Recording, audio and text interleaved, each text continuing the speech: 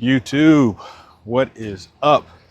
So please, no comments on my deck. My deck is a mess. We've had a lot of rain. You can see, looking at those skies up there, and we've had a lot of sun. So when it's not raining, it's close to 100 degrees. We actually had several days where it was over 100 degrees here. It's terrible, miserable. And so during that time period is what we were calling they call it a heat dome, and what's the other thing? Heat advisories and stuff that's been going on. My wife and I had a slight argument, nothing major, but she told me in no uncertain terms that I was not going outside to cut the grass. Who does she think she is? But turns out she had a valid point because it was way hot. It was way hot. But also another problem that we had some rain, subsequent rain in between the high degrees. So because of that, sun, rain, those things equal one thing: tall grass. So my grass was tall and needed to be cut. I didn't want to have to cuss out the HOA, so I told her, I said, yeah, we got to cut this grass. So we started out. So what I did is I said, you know what? Because the other answer for some of you is that, why don't you pay somebody? Well, I'm not going to do that. I'm able-bodied. It's hot, but I can get it done. I'm not going to pay somebody to cut the grass. At least not now. There have been times when I have let it go because of the rain and the sun, and it got too tall to where my mower couldn't efficiently cut it, meaning that it took me longer to cut the damn grass because it was so tall and having to stop start, that I just had to hand it over to somebody else, get caught up, and then now I've got them harassing me about, hey, come by and cut your lawn again, blah, blah, blah, this type of thing. So no. So in the meantime, if you look around, you'll see that my beds are trash. Weeds are growing in between all of my patio area, which is unbecoming. And so I said, well, let me look and see, because when we first moved here, this is a quarter-acre lot. I bought a regular lawnmower like anything else, right? Regular gas-powered lawnmower. And as part of that, I wound up getting having a problem that every year I was having to, fucks around with the spark plugs and tuning it up and taking the gas out and burning it out, all that stuff. So around the same time, Ego came along, and Ego created this product called their first electric lawnmower. And I went, put down some coin and bought that. Folks, I never looked back. That lawnmower didn't need any maintenance except sharpening the blade. It was reliable every time. I didn't have to pull no damn cord. It mulched. It did the whole thing.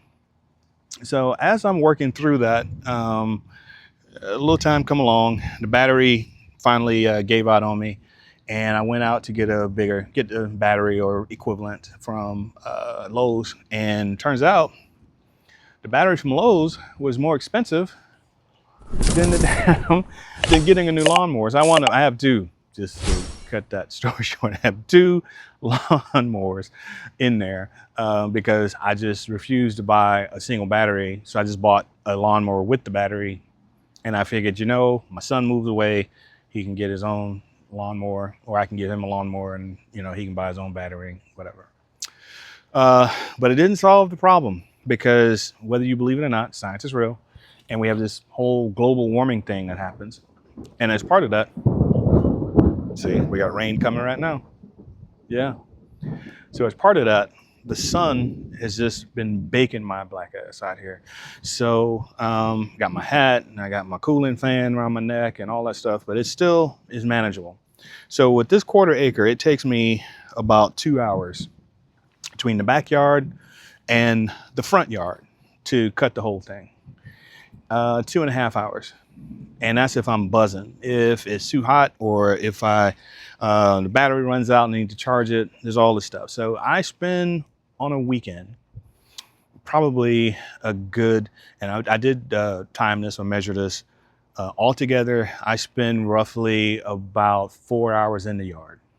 That's between mowing, and the edging, and taking a break every once in a while so I don't die, rehydrating, those type of things.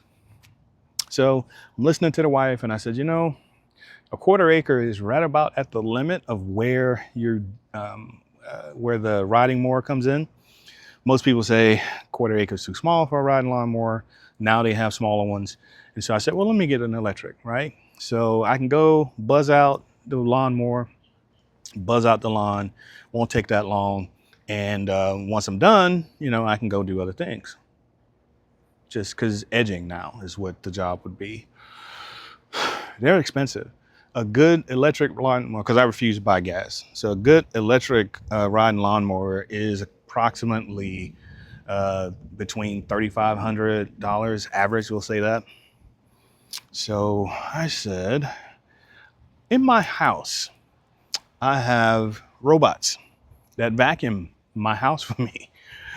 They vacuum the front. I have one upstairs and I have one downstairs. Why can't I do the same damn thing in my lawn? Now, this isn't something I haven't looked at before, but I've been skeptical of the quality of the cut and how efficient it will be and those type of things. So I bit the bullet because it's way less than a riding lawnmower would be.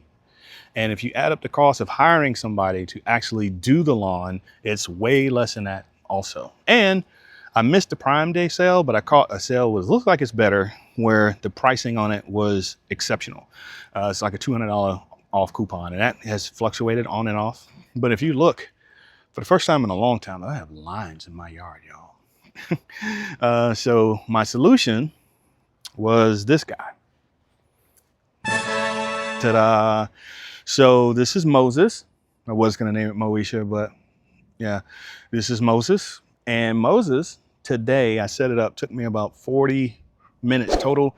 That's from unboxing, that's from assembly of the mat, charging mat, and the RTK device, which helps with the GPS. It's a GPS augmentation. It's real-time telemetry kinetics is what it stands for. And what that means is that basically it enhances the GPS signal above us. So when you set it up, you got to have 30 degrees of sky and a total of about, I think it's 170 degrees above you. So you don't want to put it too close to the house whenever you do this type of thing, because just that eave right there can block out enough. So you want to bring it out some. So I got it set up. Then I walked the perimeter, and thing number one is that it's a lot faster than people said it was going to be, like a lot faster. So the hardest part was just basically getting everything out the box, getting everything, you know, laid out, assembling everything, which it's really easy to do. The only time you had to touch a screwdriver was to screw in those pins that hold the mat to the ground. I probably could have shaved the ground a little bit lower just to get it there, but there's that. Once I put the base there and I got the RTF set up, which this is a great spot for it. And I mean, RTK, I let it charge for a little while to 100%, and then it did its thing. Yeah, so I walked it around, showed it the borders. I didn't even, in this yard, I haven't even put out a no-go zone, which you can do. So if there's certain areas like trees or a pool or something like that, or a trampoline that you don't want it to cut around, it will do that.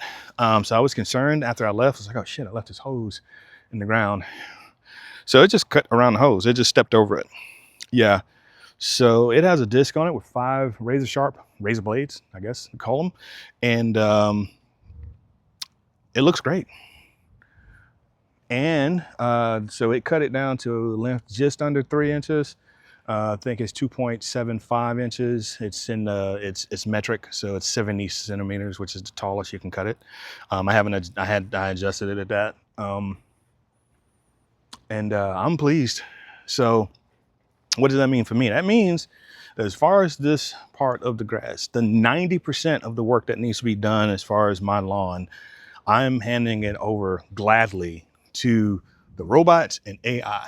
So I can set a schedule on this thing where it can go. Now, I didn't get a chance because I had some other meetings today that I had to attend to. So I didn't get a chance to set up the rest, like the front areas, which is a little bit more difficult because I got sidewalks and all that type of stuff up there. But what I'm going to do is I'm going to set up the front lawn once it charges, provided weather permitting.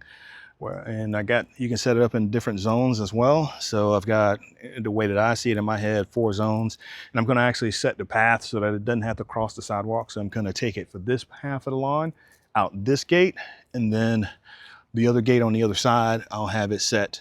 Basically, it just means I have to leave the gate open so it can go and cut that other big piece of the lawn. So thank you, Anthbot. Thank you, Moses, for taking care of this today. And another benefit of this is that even though it took a couple hours for it to do the whole backyard, I don't care because I'm not doing it. I'm doing other stuff. I was out having meetings. I was doing calls today, video calls today with potential clients. I was doing a lot of other stuff that I didn't have to do. And so my main thing now is that I just have to do edging. And so with that, that is unless it's me, that is the least intensive part of this. Although I do have a lot of edging to do, it's the least intensive part. It is a little bit more intensive now because the beds are out of control with weeds and stuff. So I'm gonna get some weed and feed in there, or some weed killer, kill all that down, all the vegetation, and then cut it away. But yeah, I'm never doing this shit again unless I have to. So it was setting this up today at 9 o'clock in the morning. By 9:20, I was completely drenched in sweat setting this up. It was brutal. My eyes were stinging, my hands are slipping, tools are slipping out of my hands. It's ridiculous. So that's the biggest thing. So happy wife, happy life, that whole thing. So she don't have to fuss at me. She can fuss at Moses now for getting the yard cut. It does have a rain sensor, so it will probably turn off if this starts raining. Again, I'm gonna let this charge, and weather permitting, I'm gonna take it out to the front and map all of that out, and then let it cut that stuff, basically, probably tomorrow. And I'm excited. So I got fired by the robot overlords and AI, and in this particular case, I'm not as upset about it. I am gladly handing that job over to those folks. So let me know what you think. Let me know if you have any questions, but that is what we're looking at here with the Anthbot Genie 600. They have 3 models. I've got the one that's just under a 1/4 acre, so it's a little bit smaller, but it's right in about the size of what we got. Meaning they all are the same size. They just have different battery sizes depending on the acreage that you have them set for. It's also not an American company, so their acreage sizes are smaller because typically in most places you don't have big yards. So that's what we're looking at, but I'm excited. I can't wait to turn this thing loose, set the schedule so that it's cutting. Because one of the biggest things, or people don't know, maybe you do, is that weed control can be managed simply by cutting more often. So if I get this grass cut, even once a week, that'll help to maintain a healthier lawn, because now that it's at this length, I'm only cutting off that top 1/4 inch, hopefully, depending on how fast the grass is growing. But it also gives a chance for it to keep those weeds under control by keeping them cut. And it makes the grass stronger, which actually helps to choke out the weed. The grass actually creates a mat that will, a lattice, which will prevent those weeds from penetrating up. And then all I have to do from there is throw out the pre-emergent and post-emergent in the spring and fall. A little bit of fertilizer to keep the grass growing and healthy, and we good to go. So that's what we're looking at, ladies and gentlemen. Thank you for joining me today. If you like what I had to tell you today about my newest member of the family, please like and subscribe. I'll holler at you later. Peace.